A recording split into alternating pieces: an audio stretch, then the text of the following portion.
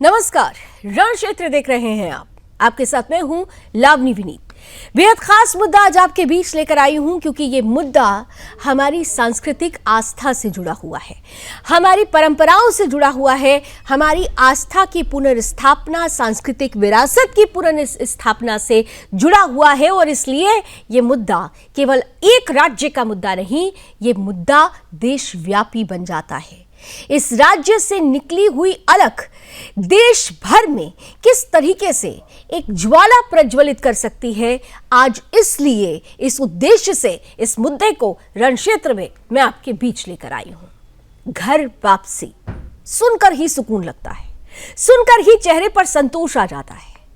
दरअसल छत्तीसगढ़ की धरती जो कि आज फिर से रणभूमि बनी हुई है, लेकिन यह रणभूमि कोई तलवार की रणभूमि नहीं है, युद्ध की रणभूमि नहीं है, ये रण आस्था का है, ये रण पहचान का है, ये रण जड़ों पर वापसी का है।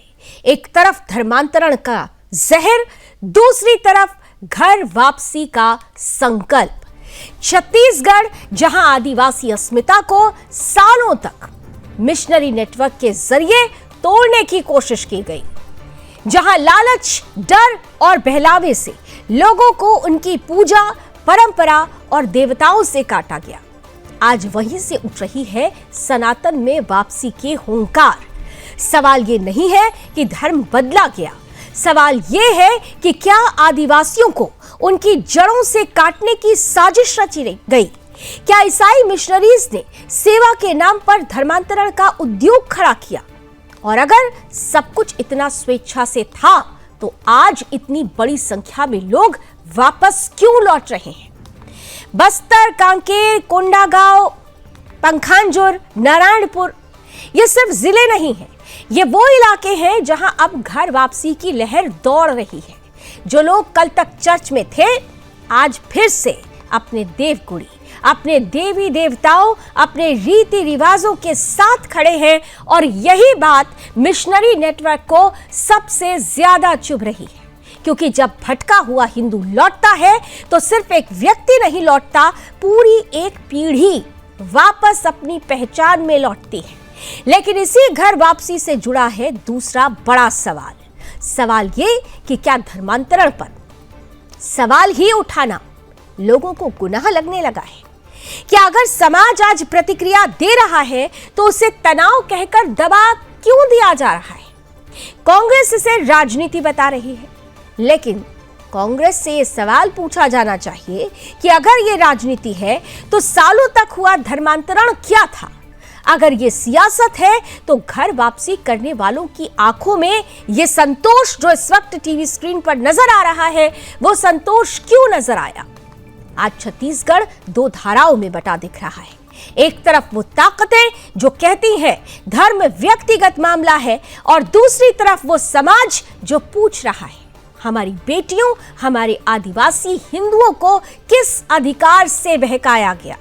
तो रण क्षेत्र में आज उन्हीं सवालों का जवाब ढूंढने की कोशिश करेंगे कि क्या छत्तीसगढ़ में चल रही आस्था की ये वापसी है, या फिर ये लड़ाई अब धर्मांतरण बनाम सनातन की खुली जंग बन चुकी है। रण क्षेत्र में आज हम दिखाएंगे घर वापसी की जमीनी तस्वीर, लौट आए हिंदुओं की जुबानी सच्चाई और वो सियासी बहस जो इस पूरे मुद्दे को और भड़काने में काम में लग गई है। तमाम प्रतिक्रियाएं भी आई हैं। जिन्होंने घर वापसी की उनके चेहरे पर एक अलग संतोष है, जो हिंदू संगठन इसमें लगे हुए हैं उनके मन में कितना संतोष है, कितनी चुनौतियां हैं, सरकार इस पक्ष में क्या सोचती है, मुख्यमंत्री इस पर क्या कुछ कह रहे हैं, और इन सब के बीच विपक्ष की राजनीति किस तरीके से भड़काने बरगलाने वाली चल रही है, ये तमाम प्रतिक्रियाएं सबसे पहले आपके समक्ष रखते हैं और फिर शुरू करते हैं आज की डिबेट। मेरा नाम लक्ष्मी बघेल है। तो घर वापसी आया तो थोड़ा ठीक लगा। पहले 22 साल हो गया था, घर वापसी नहीं था। इस बार अच्छा लगा, मंदिर के पास बना तो मन हृदय थोड़ा चेंज हुआ, तो इसीलिए घर वापसी आया। तो सब बजरंग दल, हिंदू भाई लोग जितने भी अपना मोहल्ले के जितने भी है सब सहूलियत किए, और उनके द्वारा भंडारा ये सब उनके द्वारा किए। हर चीज माने सब भाई बंद हम लोगों को सपोर्ट किए, तो इसीलिए मन से खुशी हुआ, तो हम लोग आए पूरा परिवार। आओ घर वापसी, आओ आनंदित आनंद। मैं विश्व हिंदू परिषद नगर अध्यक्ष प्रतीक गुरु। आज खालेश्वर नाग जी द्वारा जो 22 वर्षों से क्रिश्चियन धर्म अपना चुके थे, उन 11 लोगों को आज घर वापसी कराया गया। खालेश्वर नाग जी का इसमें बहुत बड़ा योगदान है और ये कार्य निरंतर जारी रहेगा। आने वाले समय में भी ऐसी घर वापसी की भव्य तरीके से योजनाएं बनाते रहेंगे। विश्व हिंदू परिषद बजरंग दल हमेशा ये प्रयास में लगा हुआ है कि जो भाई हमारे सनातन धर्म को छोड़ करके दूसरे धर्म को अपना चुके हैं, उन्हें हम हमेशा स्वागत करते हैं। वो जल्द अपने घर वापसी करे। ऐसे ही उनसे भव्य रूप से घर वापसी करवाते रहेंगे विश्व हिंदू परिषद बजरंग दल। जय श्री राम, जय जय श्री राम, जय श्री राम, जय जय श्री राम, दत्तेश्वरी मैया की जय, दत्तेश्वरी मैया की जय, दत्तेश्वरी मैया की जय। धर्मांतरण होना तो ठीक बात नहीं है और हमारा देश धर्मनिरपेक्ष देश है। अपनी इच्छा से अगर कोई धर्म अपनाता है तो उसमें कोई दिक्कत नहीं है, लेकिन अगर किसी की गरीबी का, किसी की अशिक्षा का, किसी को प्रलोभन देके, किसी को गलतफहमी में डाल के अगर धर्म परिवर्तित करा जाता है तो ये कतई उचित नहीं है और इसका विरोध होना चाहिए और यही समाज ने विरोध किया है। तथाकथित सर्व समाज के नाम पे छत्तीसगढ़ बंद करवाया गया, लेकिन बंद के दौरान यह साफ दिखा कि यह बंद संघ और सरकार प्रायोजित बंद था। बंद कराने के लिए संघ के से जुड़े हुए, आरएसएस से जुड़े हुए संगठन के लोग सड़कों पे आए और सरकारी अमला बंद कराने वालों का समर्थन करते नजर आ रहा था। प्रदेश के कोने कोने में गुंडागिरी की गई। राजधानी रायपुर के मैग्नेटो माल में तोड़फोड़ की गई। सैकड़ों लोग घुस गए। माल के अंदर में कांच को तोड़ा गया, सामानों को तोड़ा गया, व्यापारियों को गंदी गंदी गालियां दी गई। राजनाथ गांव में आम आदमियों को रोक के उनके मां बहन की गाली दी गई। कमोवेश बिलासपुर, रायगढ़, बस्तर सभी जगह यही स्थिति देखने को मिली कि बंद समर्थक पुलिस के संरक्षण में लोगों से अभद्रता करते रहे, मारपीट करते रहे, गुंडागिरी करते रहे। पहली बार ऐसा हुआ है कि सरकार अपनी असफलता छुपाने के लिए बंद जैसे कार्यक्रम आयोजित की। छत्तीसगढ़ की जनता इस बात को बेहतर ढंग से समझ रही है कि यह बंद क्यों कराया गया, किनके इशारे पर कराया गया। जनता यह भली भांति समझ रही है। छत्तीसगढ़ के कई क्षेत्रों में मतांतरण करने वाले और मतांतरण नहीं करने वाले लोग आमने सामने आ रहे हैं। इसकी वजह से कई जगहों पर हिंसा की खबरें भी सामने आई है। लेकिन दूसरी ओर धर्मावलंबी और हिंदू समाज के लोग लगातार मतांतरण का शिकार होने वाले लोगों की घर वापसी करा रहे हैं और सीधे तौर पे सनातन को मजबूत करने में लगे हैं। निश्चित रूप से छत्तीसगढ़ से ये बड़ा संदेश प्राप्त हो रहा है। कैमरा पर्सन योगेंद्र साहू के साथ योगेश मिश्रा, सुदर्शन न्यूज, छत्तीसगढ़। तो इस महत्वपूर्ण खबर पर आज की चर्चा शुरू करें उससे पहले इस वक्त की एक बड़ी खबर आ रही है। सीधे ब्रेकिंग न्यूज की तरफ आपको लिए चलते हैं। बड़ी खबर आ रही है उत्तराखंड से। अंकिता भंडारी हत्याकांड की सीबीआई जांच होगी। उत्तराखंड के मुख्यमंत्री पुष्कर सिंह धामी ने यह सिफारिश की है कि अंकिता भंडारी हत्याकांड की सीबीआई जांच हो। निष्पक्ष न्याय के लिए धामी सरकार लगातार प्रतिबद्धता दिखाते हुए मुख्यमंत्री पुष्कर सिंह धामी ने स्पष्ट रूप से कहा है कि अंकिता भंडारी हत्याकांड की जांच सीबीआई से होगी। उत्तराखंड सीएम ने इसके लिए सिफारिश की है केंद्र से। निष्पक्ष न्याय के लिए धामी सरकार प्रतिबद्ध है।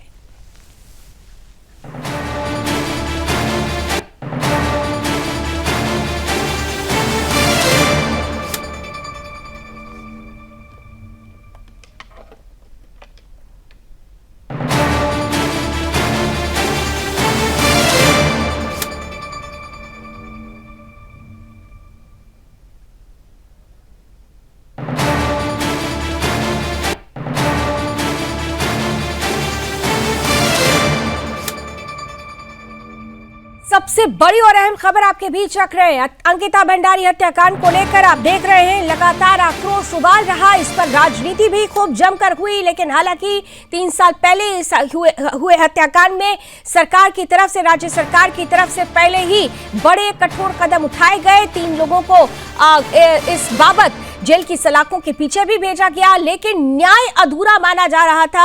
उत्तराखंड की जनता लगातार ये कह रही थी कि न्याय अधूरा है और इसे देखते हुए उत्तराखंड सरकार की तरफ से महत्वपूर्ण कदम उठाया गया है। महत्वपूर्ण बात मुख्यमंत्री पुष्कर सिंह धामी ने कही है कि इस पूरे मामले में, इस पूरे प्रकरण में वो निष्पक्ष जांच के लिए प्रतिबद्ध है और इसीलिए अंकिता भंडारी हत्याकांड की जांच सीबीआई से हो, उत्तराखंड के सीएम धामी ने इसकी सिफारिश की।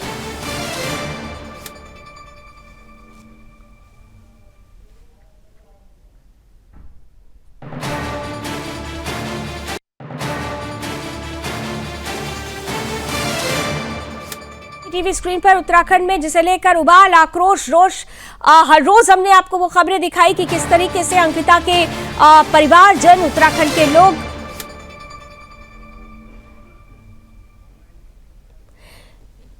चलिए ज्यादा जानकारी लेते हैं। हमारे साथ इस वक्त उत्तराखंड ब्यूरो चीफ कृष्णा हमारे साथ जुड़ चुके हैं। कृष्णा, ये बहुत महत्वपूर्ण खबर इस लिहाज से हो जाती है क्योंकि परिवारजन और उत्तराखंड वासी निष्पक्ष जांच की बात कर रहे थे और अब उत्तराखंड सरकार ने वही प्रतिबद्धता दिखाते हुए सीबीआई जांच की सिफारिश भी कर दी है।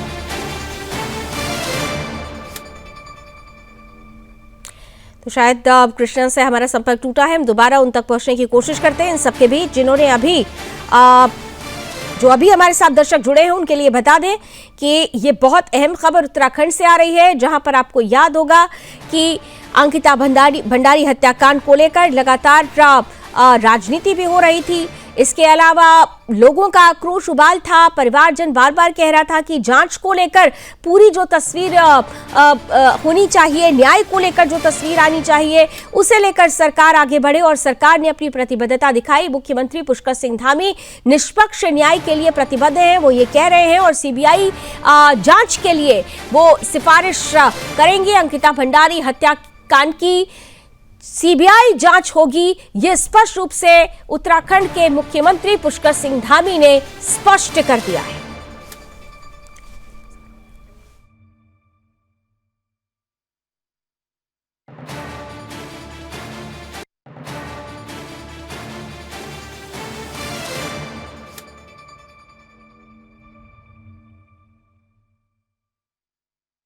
और आइए अब अपने मुद्दे पर आते हैं, घर वापसी, जिस पर हम आज रण क्षेत्र में बड़ी बहस करने वाले हैं। हमारे साथ तमाम गेस्ट पैनल, जो आज के गेस्ट पैनल हैं, तमाम अतिथि हमारे साथ जुड़ चुके हैं। स्वागत करती हूं, परिचय कराती हूं आपका।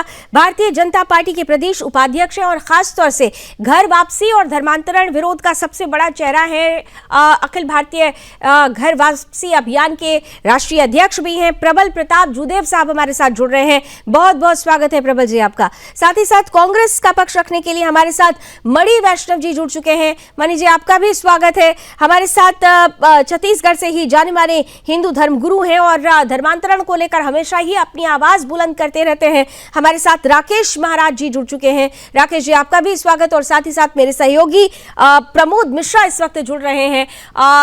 आप सभी का स्वागत करते हुए मैं सबसे पहले प्रमोद आपके पास आना चाहती हूं और जल्दी से आप एक स्थिति को स्पष्ट कीजिए, क्योंकि धर्मांतरण को लेकर आज की बात नहीं है। आज वर्षों से कहा जा रहा है कि छत्तीसगढ़ धर्मांतरण का हब बन चुका है, लेकिन यहां पर अब धर्मांतरण नहीं, घर वापसी की ये संतोषजनक जो तस्वीर आ रही है वो अपने आप में बहुत बड़ा संदेश दे रही है। वर्तमान में धर्मांतरण की क्या स्थिति है?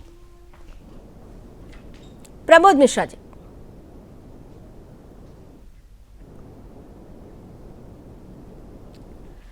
पैनल मुझे क्लियर कीजिए कि क्या प्रमोद हमारे साथ जुड़े हुए हैं। चलिए, मुझे लगता है कि शायद प्रमोद से अभी हमारा संपर्क नहीं हो पाया। हमारे साथ मणि वैष्णव जी को मैं स्क्रीन पर देख पा रही हूँ, हमारे साथ जुड़ चुके हैं कांग्रेस का पक्ष रखने के लिए। मणि वैष्णव जी, स्वागत है आपका। और अब इतनी बड़ी संख्या में घर वापसी इतनी बड़ी संख्या में लोगों का अपनी आस्था के प्रति जो विश्वास था, वो अटूट विश्वास, उसका पुनर्जागरण, इस तस्वीर को देखकर क्या संकेत देख पा रहे हैं आप लोग? नहीं, पहले तो बात इस पर होनी चाहिए कि धर्मांतरण सबसे ज्यादा किसके शासनकाल में हुआ, और ये जो वापसी, घर वापसी की जा रही है, इसको कानून की मान्यता क्या है, कानूनी स्थिति क्या है इसकी, ये सबसे बड़ा सवाल है। तो देखिए, डॉक्टर रमन सिंह की सरकार में सबसे ज्यादा धर्मांतरण हुआ और सबसे ज्यादा चर्च बने, ये बिल्कुल सत्य बात है। दूसरी बात, कांग्रेस पार्टी का मानना क्या है धर्मांतरण पर और भाजपा का मानना क्या है, ये दोनों बातों को मैं आपको बता देना चाहता हूँ। देखिए, जब देश आजाद नहीं हुआ था तो महात्मा गांधी जी ने और बहुत सारे हमारे वरिष्ठ कांग्रेस नेताओं ने अंग्रेजों को, मिशनरियों को, चर्च को बहुत सारे पत्र लिखे, जिसमें उन्होंने साफ साफ लिखा कि धर्मांतरण जो है वो स्वयं के और ईश्वर के विरुद्ध बहुत बड़ा अपराध है, यह रुकना चाहिए, यह बिल्कुल नहीं होना चाहिए, इस पर रोक लगाई जाए। तो ये हमारी जो है मान्यता है धर्मांतरण पर। तो हम तो चाहते हैं कि धर्मांतरण रुके। दूसरी बात, धर्मांतरण कानून हमने बनाया अविभाजित मध्य प्रदेश में 1968 में हमने बनाया, और वही कानून जो है अब तक लागू है। छत्तीसगढ़ में भी वह कानून लागू है। तो अगर भारतीय जनता पार्टी धर्मांतरण रोकना चाहती है तो वो एक मजबूत कानून क्यों नहीं बनाती? जब सुप्रीम कोर्ट ने कह दिया है कि आप धर्मांतरण पर एक मजबूत कानून बनाइए, तो उसके बावजूद भाजपा जो है वो धर्मांतरण पर कोई मजबूत कड़ा कानून दो चीज अगर आप मुझे समझा सके, क्योंकि मणि जी 2 चीज समझाइए। आपने देखिए, आपने पहली लाइन में बड़ी अच्छी बात कही कि धर्मांतरण किसी भी तरीके से स्वीकार्य नहीं होना चाहिए, क्योंकि ये धर्मांतरण पूरी तरह से असंवैधानिक होता है। लेकिन आपने कहा कि इसकी क्या कानूनी वैधता है जो लोग वापस आ रहे हैं? अगर धर्मांतरण के कानूनी वैधता आप लोग उस पर सवाल खड़े करते हैं कि भाई लोग अपनी मर्जी से वहां धर्म परिवर्तन करते हुए नजर आए, तो फिर इसमें आपको क्यों कानूनी वैधता चाहिए? यहां पर भी तो लोग समझ रहे हैं ना कि उनकी जड़ों से उन्हें काट दिया गया था, अपनी जड़ों पर पुनर्वापसी वो कर रहे हैं। तो फिर क्या ऐसी प्रतिक्रिया देना उचित लगता है, या फिर ऐसे लोगों का स्वागत करना चाहिए कि उन्होंने कम से कम ईसाई मिशनरीज के एजेंडे पर एक करारा तमाचा तो मारा, उन्होंने उस एजेंडे को तो समझा जिसके चलते हमारी सांस्कृतिक धारा को तोड़ने की कोशिश की जा रही थी। आपको तो इनका स्वागत करना चाहिए। मैंने तो पहले ही कह दिया ना, मैंने पहले ही धर्मांतरण पर अपने विचार स्पष्ट कर दिए। कांग्रेस के क्या विचार थे, महात्मा गांधी के क्या विचार थे और कांग्रेस पार्टी का क्या विचार है, तो मैंने पहले ही स्पष्ट कर दिया। तो हम तो दबावपूर्ण और प्रलोभनपूर्ण जो धर्मांतरण है इसके बिल्कुल विरुद्ध है, हम इसका विरोध करते हैं। तो हम धर्मांतरण का कहीं पक्ष नहीं रख रहे हैं, लेकिन हम सिर्फ ये पूछ रहे हैं कि अगर घर वापसी की जा रही है तो क्या इसकी रूपरेखा है, क्या बातें हैं इसमें, ये सब जानना जरूरी है। आपने मतलब किस तरीके की रूपरेखा, थोड़ा और इलाबोरेट करके आप बताएंगे थोड़ा सा मणि जी? आपकी बात थोड़ी स्पष्ट नहीं हो पा रही। किस तरीके का इलाबोरेशन चाहते हैं आप लोग? मणि वैष्णव देखिए, हम ये चाहते हैं कि जो घर वापसी है वो केवल पाखंड तक सीमित न रहे, जो दिखावा भारतीय जनता पार्टी कर रही है। सबसे ज्यादा जो धर्मांतरण है वो भारतीय जनता पार्टी के शासनकाल में हुआ, सबसे ज्यादा चर्च बने भारतीय जनता पार्टी के शासनकाल में। तो इन्हें जो है स्पष्ट करना चाहिए। नहीं, ये जो तस्वीरें मैं देख रही हूँ इसे आप पाखंड कहेंगे? ये जो इस वक्त टीवी स्क्रीन पर मैं देख रही हूँ, हमारे व्यूअर्स देख रहे हैं, ये जो घर वापसी हो रही है, जहां पर बाकायदा शुद्धिकरण हो रहा है, सनातन मंत्रोच्चार हो रहा है, इसे आप पाखंड कहेंगे? तो अगर ये तस्वीरें पाखंड है, तो वो जो प्रलोभन देकर और वो नाचते झूमते वो जो चंगाई सभा लगती है और वहां पर जिस तरीके की परिस्थिति पैदा की जाती है, वो क्या होता है फिर? गलत है। नहीं, अगर वो ठीक है, ये भी गलत वो भी गलत, तो फिर विरोध तो दोनों का बराबर होना चाहिए।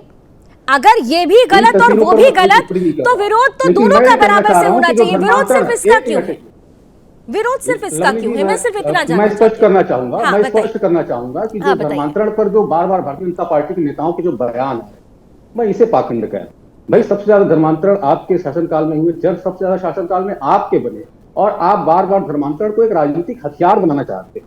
आप इसके नाम पर केवल और केवल राजनीति करना चाहते हैं। अगर आप चाहते हैं कि वाकई धर्मांतरण रुके, तो आप जो है कड़ा कानून बनाएंगे, आप इतना कड़ा कानून बनाने की बात तो हुई ना। कानून की क्या रूपरेखा हो, उस पर जब स्क्रूटनी हो रही थी तो सबसे पहला विरोध तो आप लोगों ने किया। आपने अभी कहा ना कि 1968 का जो कानून आपके शासनकाल में बना था, जो अविभाजित छत्तीसगढ़ था, वो ही चला आ रहा है। तो भाई उसके बदलाव के लिए ही तो प्रक्रिया शुरू हुई थी। उस प्रक्रिया पर तो सबसे पहले आप लोगों ने चाबुक चलाया। उस प्रक्रिया पर तो सबसे पहले आप ये कहने के लिए आ गए कि लोगों के संवैधानिक अधिकारों का हनन होगा इससे। कौन सा संवैधानिक अधिकारों का हनन? ये जबरन धर्म परिवर्तन करना, ये तो सीधे सीधे संविधान पर प्रहार है। तो दो बातें एक साथ नहीं हो सकती ना मणि जी।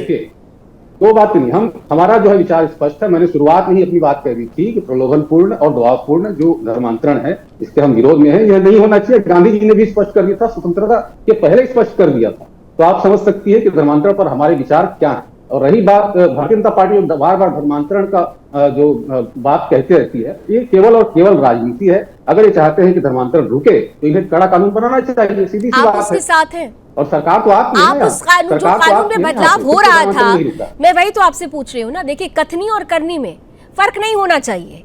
जो बात आप बार बार कह रहे हैं, मैं आपकी उस बात का स्वागत करती हूँ। आप बार बार कह रहे हैं कि धर्मांतरण प्रलोभन में नहीं होना चाहिए, आप लोग इसका विरोध करते हैं, लेकिन क्या केवल क्या मौखिक रूप से? बेशक मौखिक रूप से तो केवल नहीं होगा ना, इसके लिए बिल्कुल, सरकार मौखिक रूप से द्वारा नहीं, उठाए बिल्कुल। जा रहे कदम हम के पूरी साथ तरह कदम विरोध में, ताल हम मिलानी पूरी तरह विरोध होगी। में। वो कदम ताल आप लोग क्यों नहीं बिल्कुल मिलाते? नहीं। जब सरकार धर्मांतरण हम तो विरोधी चाह रहे हैं कानून को कानून सख्त बनाएगा, करती है तो आप कानून कहते हैं कि बनाएंगे। राजनीति से प्रेरित होकर ये किया जा रहा है। वहां पर क्यों फिर आप राजनीति की बात करने लगते हैं? मैं यही तो समझना चाह रही हूँ ना मणि जी। आपके तमाम प्रश्नों का जवाब अभी बिल्कुल, भारतीय जनता पार्टी से लोग जुड़ेंगे, मैं उनसे पूछ यह रही हूँ। बिल्कुल सत्य है, लेकिन यह बिल्कुल सत्य हाँ, है बोलिए, कि बोलिए। धर्मांतरण, यह बिल्कुल सत्य है कि धर्मांतरण भारतीय जनता पार्टी का केवल और केवल एक हथियार है। भारतीय जनता पार्टी इसके नाम पर केवल और केवल राजनीति करती है। भारतीय जनता पार्टी तो नहीं आप भी चाहती करिए कानून ना इस बनाना और पर धर्मांतरण को राजनीति। रोकना बिल्कुल नहीं चाहती। और अरे भारतीय मणि जनता पार्टी नहीं चाहती मणि कि जी, बात मणि हमें जी, मणि वैष्णव जी, अंततः हिंदू समाज का, आदिवासी हिंदू समाज का भला होना चाहिए। अगर एक राजनीति से धर्मांतरित हुए, जिन्हें आप भटके हुए कहते हैं ना, अगर वो अपनी जड़ से जुड़ रहे हैं तो वो राजनीति अच्छी है? या ये राजनीति अच्छी है कि जो घर वापसी कर रहे हैं उनको कहो कि नहीं नहीं, ये तो राजनीति के तहत आ रहे हैं, ये ठीक नहीं है, इसकी कानूनी वैधता क्या है? कौन सी राजनीति अच्छी? नहीं, बिल्कुल नहीं, बिल्कुल नहीं। देखिए, अपने किस धर्म को मानेगा, कौन किस धर्म को मानेगा, वो उसके बिल्कुल संवैधानिक हक है, वो स्वतंत्र है। वो अगर घर वापसी कर रहा है, वापस हिंदू धर्म में आना चाहता है तो हमें उसमें कोई समस्या नहीं है। ये तो उसकी स्वतंत्रता है ना, धार्मिक स्वतंत्रता है, संवैधानिक स्वतंत्रता है, इसमें हमें कहीं कोई परेशानी नहीं है। लेकिन भारतीय जनता पार्टी केवल और केवल धर्मांतरण को एक हथियार समझती है, राजनीतिक हथियार समझती है, और इसके नाम पर जो है वोट बटोरने का काम करती है। हमारा कहना ये है। ठीक है, चलिए, बीजेपी से अभी स्पोक पर्सन हमारे साथ जुड़ेंगे, मैं उनसे ये प्रश्न जरूर पूछूंगी। लेकिन इस बीच मैं देख पा रही हूँ हमारे साथ देवेंद्र टेकाम साहब भी जुड़ चुके हैं। जरा प्लीज पैनल आप लोग मुझे नाम जरा क्लियर करके बता दीजिए। देवेंद्र जी हमारे साथ जुड़े हुए हैं, जनजातीय मुद्दों की आवाज उठाते रहे हैं लगातार, और प्रमोद भी हमारे साथ जुड़ चुके हैं मेरे सहयोगी। लेकिन पहले देवेंद्र के पास जाना चाहूंगी। देवेंद्र जी, ये बहुत बड़ा मुद्दा है, ये छोटा मोटा मुद्दा नहीं है, क्योंकि धर्मांतरण होता है तो एक धर्मांतरण सीधे सीधे राष्ट्रवाद पर भी प्रबल प्रहार होता है। इसलिए प्रहार होता है क्योंकि वो मतांतरण हो जाता है। उनकी जो श्रद्धा है, उनकी जो विश्वसनीयता है, अब देश के प्रति नहीं, सनातन के प्रति नहीं, वेटिकन के प्रति होने लगती है। जब धर्मांतरण होता है तो हम कहते हैं कि वो मतांतरण भी होता है। लेकिन यहां पर इसी मुद्दे को राजनीतिक चश्मे से देखा जाता है। क्या दोनों पार्टियां राजनीतिक चश्मे से देखती हैं? मानते हैं आप ऐसा? देखिए, सबसे पहले बात तो यह है कि इसमें धर्मांतरण में किसी भी प्रकार के राजनीति नहीं करना चाहिए। खास करके हमारे बस्तर और जो जनजाति क्षेत्र है उनकी अस्तित्व का सवाल है। देवी देवता, पूजा पद्धति, संस्कृति और समाज आज जिस प्रकार से ईसाई मिशनरियों के द्वारा जिस प्रकार से हमारे भोले भाले लोगों को धर्मांतरण कराया जा रहा है, वो हमारे आज जो पहचान है, हमारा देवी देवता है, पूजा पद्धति है, संस्कृति, वो कहीं ना कहीं आज खतरे के कगार पे आ गई है।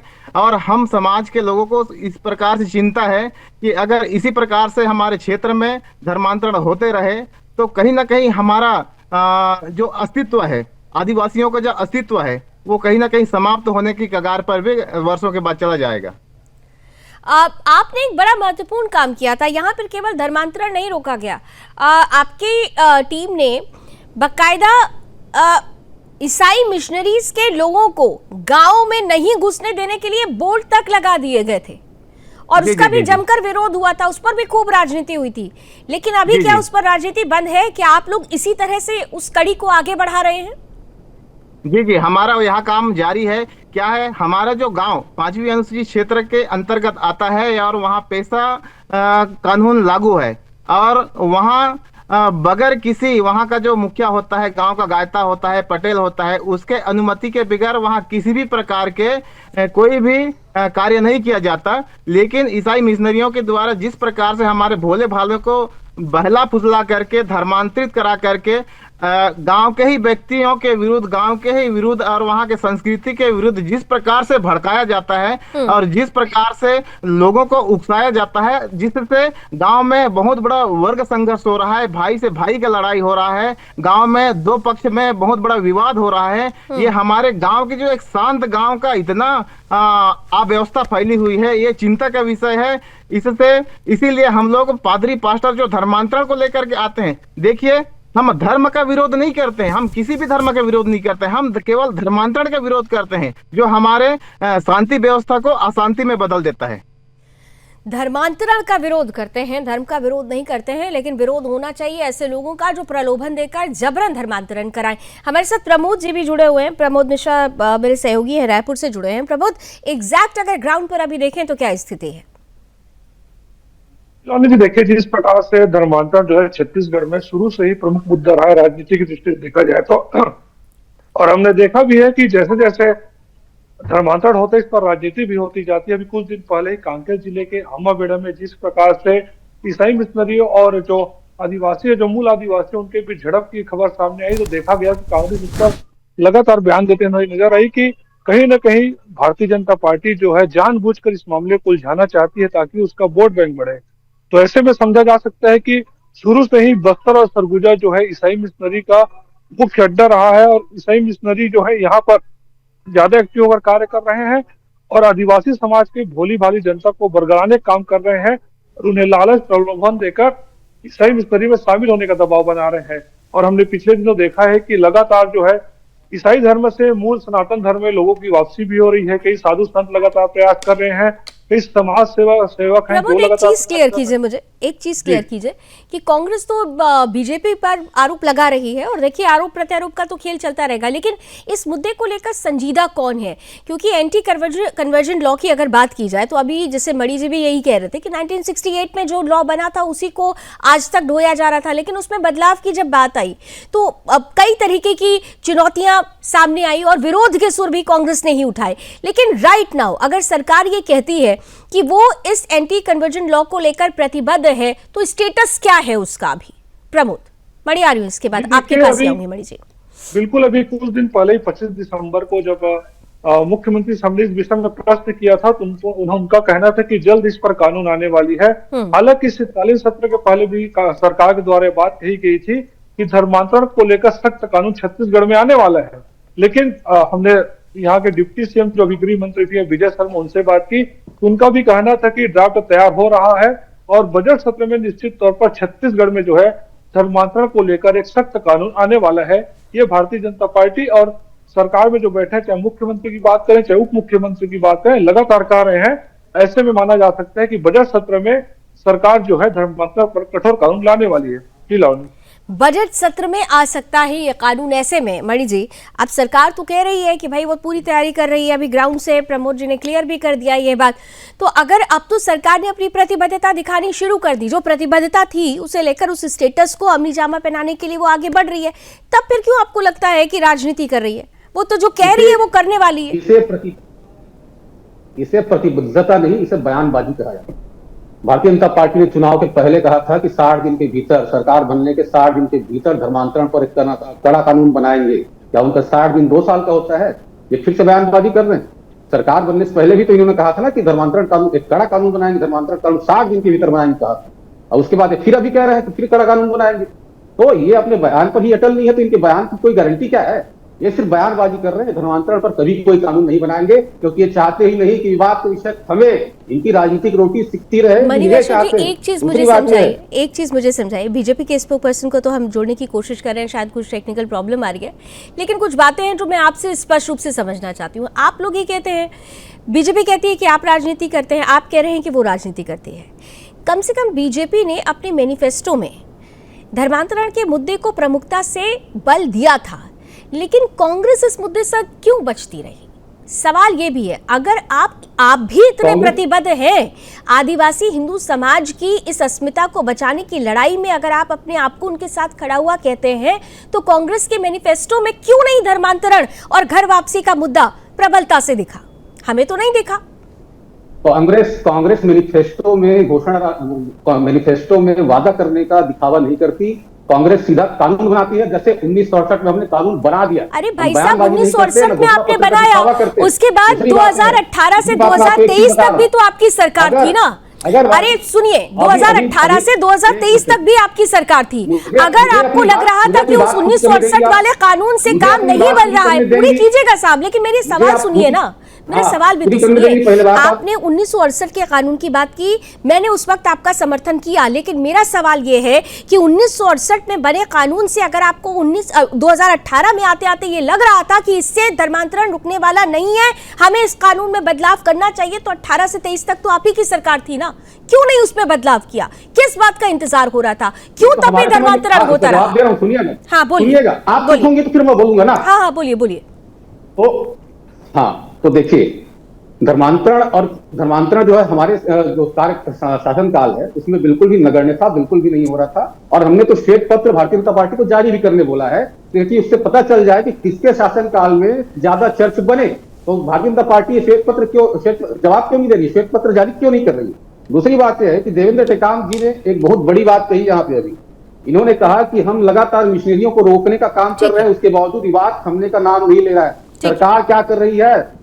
सारे प्रयास का जनता करेगी, सरकार क्या करेगी? प्रमोद, जल्दी से एक बात जरा बता दीजिएगा कि मणि जी बार बार एक आरोप लगा रहे हैं कि सरकार को जो सीरियसनेस दिखानी चाहिए थी वो दिखाई नहीं जा रही है। कांग्रेस अभी सत्ता में नहीं है, अकाउंटेबिलिटी तो पहली सरकार की ही बनती है। तो सरकार की तरफ से, क्योंकि ये जो भी हमारे समक्ष घर वापसी की जितनी तस्वीरें आती हैं वो किसी न किसी हिंदू संगठन द्वारा होती है या धार्मिक साधु संतों द्वारा होती है, सरकार द्वारा उठाए गए कदम को लेकर कांग्रेस बार बार सवाल पूछती है। तो सरकार इस दिशा में क्या सोच रही है? जी देखिए, हमने सरकार के लोगों से भी इस विषय में बात की है कि आखिर आप घर वापसी को लेकर अभियान क्यों नहीं चलाते हैं, जब ये सही में सही लगातार धर्मांतरण कर रहे हैं, आदिवासी समाज के लोग लगातार धर्मांतरित हो रहे हैं, चाहे रीजन कोई भी हो। आखिर आप जो है घर वापसी का मुहिम क्यों नहीं चलाते हैं? तो उनका साफ तौर पर कहना था कि कई सामाजिक संगठनों से हमारी लगातार बात हो रही है, कई साधु संत से बात हो रही है, जो लगातार इसको लेकर घर वापसी का अभियान चला रहे हैं। और हमने देखा है कि सरगुजा अभी जो भारतीय जनता पार्टी के प्रदेश उपाध्यक्ष हैं प्रबल प्रताप सिंह जदयू जी, वो लगातार घर वापसी का अभियान चला भी रहे हैं। तो ऐसा नहीं है कि भारतीय जनता पार्टी के नेता बिल्कुल भी नहीं घर वापसी का अभियान चलाते हैं। और निश्चित तौर पर सरकार का कहना है कि सामाजिक मुद्दा भी है, समाज के लोगों को आगे आना चाहिए।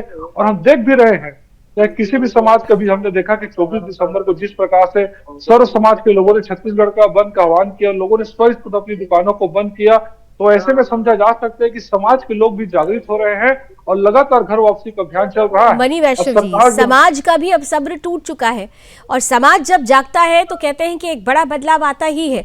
जिस दिन ये बंद का आह्वान था उस दिन भी आपकी पार्टी की प्रतिक्रिया यही थी कि ये तो बीजेपी और आरएसएस द्वारा बुलाया गया बंद है। क्या यही ऐसे बयान दे के समाज की सोच का अपमान नहीं किया जाता? क्या इससे समाज की सोच पर आप प्रहार नहीं करते? किसी भी समाज की सोच पर हम चोट नहीं कर रहे हैं। देखिए, मैं आपको बताता हूँ जिनकी घटना, जो भारतीय जनता पार्टी कार्यकर्ता है, ये पूरी तरह से भारतीय जनता पार्टी द्वारा प्रायोजित था। भारतीय जनता पार्टी के लोगों ने एक और जहां यहाँ के मॉल में जो क्रिसमस के लिए सजावट हुई थी उसमें यहाँ तोड़फोड़ की मॉल में। उसके बाद दूसरे ही दिन नरेंद्र मोदी जी क्रिसमस मनाने चर्च पहुंच गए। अब इसे राजनीति ना कहें तो क्या कहें। दूसरी बात, ये घर वापसी की बात कह रहे हैं। महासमुंद जिला है छत्तीसगढ़ में, वहां भारतीय जनता पार्टी अल्पसंख्यक मोर्चा की कार्यकारिणी में 2 लोग ऐसे हैं जो धर्मांतरित लोग हैं। क्या उनकी घर वापसी भारतीय जनता पार्टी कराएगी? तो इसी से तो स्पष्ट हो जाती है ना भारतीय जनता पार्टी की सोच की राजनीति कर रही है कि धर्मांतरण पर रोक लगाना चाहती है। हम तो बार बार इसीलिए सवाल पूछ रहे हैं, धर्मांतरण को रोकने के लिए आप कर क्या रहे हैं? राजनीति के अलावा आप केवल धर्म की राजनीति कर रहे हैं। आप धर्मांतरण रुके ये चाहते ही नहीं। तो मुझे चलते चलते एक बात क्लियर कर दीजिए, आपको लगता है कि बीजेपी राजनीति कर रही है? ठीक है, आपने आरोप लगाया, हम उम्मीद कर रहे थे कि बीजेपी से हमारे साथ कोई जुड़ जाता है, लेकिन शायद कुछ तकनीकी खामियां थी। बीजेपी के प्रवक्ता नहीं जुड़ पाए, लेकिन ये प्रश्न आपका जायज था। लेकिन एक प्रश्न जो मेरे मन में आ रहा है और मुझे लगता है कि हर उस सनातनी के मन में आएगा कि अगर आप बीजेपी को राजनीतिक चश्मे से देखकर उन पर आरोप लगा रहे हैं तो छोड़िए, बीजेपी पर आप आरोप लगाते रहिए, लेकिन वो हिंदू संगठन, वो संत समाज, वो हिंदू समाज, वो सनातनी समाज जो सच्ची श्रद्धा और आस्था के साथ घर वापसी करा रहा है और घर में वापस आ रहा है, क्या कांग्रेस पार्टी उनके साथ खड़ी है? क्या कांग्रेस पार्टी उन्हें गुंडागर्दी करने वाला आगे नहीं कहने वाली है? देखिए, हमने पहले ही कह दिया कि प्रत्येक व्यक्ति संविधान के हिसाब से किसी भी धर्म को मानने के लिए तैयार है और धर्म आत्मसात करने का विषय है, राजनीति करने का विषय नहीं है। और भारतीय जनता पार्टी लगातार धर्मांतरण को एक हथियार बना चुकी है और भारतीय जनता पार्टी केवल और केवल जो है इसका आप देखिए फिर वही बात लिया है। मैं बीजेपी की बात ही नहीं कर रही हूँ, आप आरोप लगाइए, मैं तो उनकी बात कर रही हूँ जो घर वापसी कर चुके हैं। आप उनके साथ खड़े हैं या नहीं खड़े हैं? जो सच्चे मन से आ गए उनके साथ खड़े हैं? बिल्कुल बिल्कुल बिल्कुल बिल्कुल। तो क्या जैसा अभियान आप जैसे कह रहे हैं कि जो अभियान बीजेपी चला रही है, क्या वैसा ही अभियान आप नहीं चलाएंगे? क्या ये जिम्मेदारी कांग्रेस की नहीं है कि वो भी जो घर वापसी करना चाहते हैं उनको घर वापसी में मदद करें? क्या ये रिस्पॉन्सिबिलिटी कांग्रेस की नहीं है? अरे भाई, किसी को मदद करने की आवश्यकता नहीं है, धर्म आत्मसात करने का विषय है। जिस दिन व्यक्ति को लगता है कि मुझे इस धर्म को मानना है, उस धर्म को स्वीकार कर लेता है। अरे तो ये आत्मसात ही तो करना चाह रहे हैं, ये भटके, अरे आप ही तो ये भटके हुए हैं। आप, अच्छा, आपकी नजर में ये भटके हुए हैं या ये सही है जो घर वापस आ चुके हैं?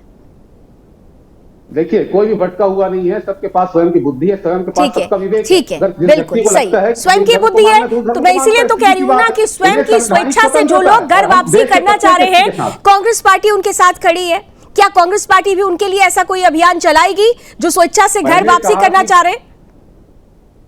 हम हर उस व्यक्ति के साथ खड़े हैं जो इस देश के संविधान को मानता है। आप देखिए, आप जलेबी जैसा जवाब मत दीजिए, मेरा सीधा सवाल सीधा जवाब चाहिए मुझे। कांग्रेस पार्टी क्या उस तरीके का कोई अभियान चलाएगी? आप क्यों, यहीं पर समझ में आ जाता है प्रमोद, चलते चलते चलिए आपके पास आ जाती हूँ। देखिए, यहीं पर समझ में आ जाता है कि राजनीति कौन कर रहा है। अब यहाँ मुद्दा राजनीति का नहीं है, मुद्दा सामाजिक चेतना का है, मुद्दा धार्मिक आस्था से जुड़ा हुआ है, धार्मिक चेतना का है। और यहाँ पर पुनर्स्थापना हो रही है उसी सांस्कृतिक विरासत की। लेकिन कांग्रेस पार्टी इसी सांस्कृतिक विरासत को कहती तो है कि हम साथ खड़े हैं, बचाएंगे, लेकिन जब बचाने की मुहिम चलाने की बात आती है तो वही जवाब आता है जो अभी मणि जी दे रहे हैं। प्रमोद मिश्रा जी, तो बात तो यही है कि देखिए, जब बजरंग दल के कार्यकर्ता जो है किसी भी चंगाई सभा का विरोध करते हैं और जब भटके हुए लोगों को वापस सनातन धर्म में लाते हैं तो कांग्रेस के नेता ही जवाब देते आते हैं कि लोग गुंडे हैं। यहाँ तक कि तो जब मुख्यमंत्री थे भूपेश बघेल, उन्होंने कहा था कि बजरंग दल पर बैन लगना चाहिए। ऐसे में समझ सकते हैं कि जो सनातन के लिए कार्य करते हैं उनके लिए इनकी भाषा कैसी हो सकती है, जो कई सवाल पैदा करता है। अब लगातार बार-बार से पूछ भी रही है कि अगर भाई कोई घर वापसी कर रहा है तो आप कोई मुहिम चलाएंगे क्या? तो उसका जवाब बिल्कुल नहीं दे रहा। वो कह रहे हैं कि जो आएगा उनका स्वागत है। अरे भैया, आप भी खुद हिंदू धर्म से आते हो, आप भी एक मुहिम चलाइए, आप भी बोलिए डंके की चोट पर कि अगर सवाल यही था कि आस्था और श्रद्धा से जुड़ा हुआ मसला, इससे राजनीतिक रंग देके पॉलिटिकल टूल कौन बना रहा है, कौन इसे लेकर अपनी विश्वसनीयता दर्शा रहा है, कौन इसे लेकर ज्यादा प्रतिबद्ध है, सवाल इसी का है। लेकिन इन सब के बीच अब सामाजिक चेतना भी जाग चुकी है, समाज जाग चुका है, स्वेच्छा से घर वापसी कर रहा है, क्योंकि वो जानता समझता है कि जड़ों से कटने का मतलब होता है अपनों से कटना, अपने आप से कटना। बहुत बहुत धन्यवाद हमारे साथ जुड़ने के लिए। हम उम्मीद करते हैं कि अभी जो ये तस्वीर आई है, ये वृहद स्तर पर देश भर में जहां जहां भी धर्मांतरण का राक्षस मुंह बाए खड़ा है, वहां पर सनातनी स्वयं जागेंगे और घर वापसी करके सनातन की सांस्कृतिक आस्था के केंद्र की पुनर्स्थापना में एक मील का पत्थर साबित होंगे। इस बड़ी तस्वीर का हमें भी इंतजार रहेगा। रण क्षेत्र में अभी बस इतना ही। देश और दुनिया की तमाम खबरों के लिए आप जुड़े रहिए सुदर्शन न्यूज के साथ। जय हिंद।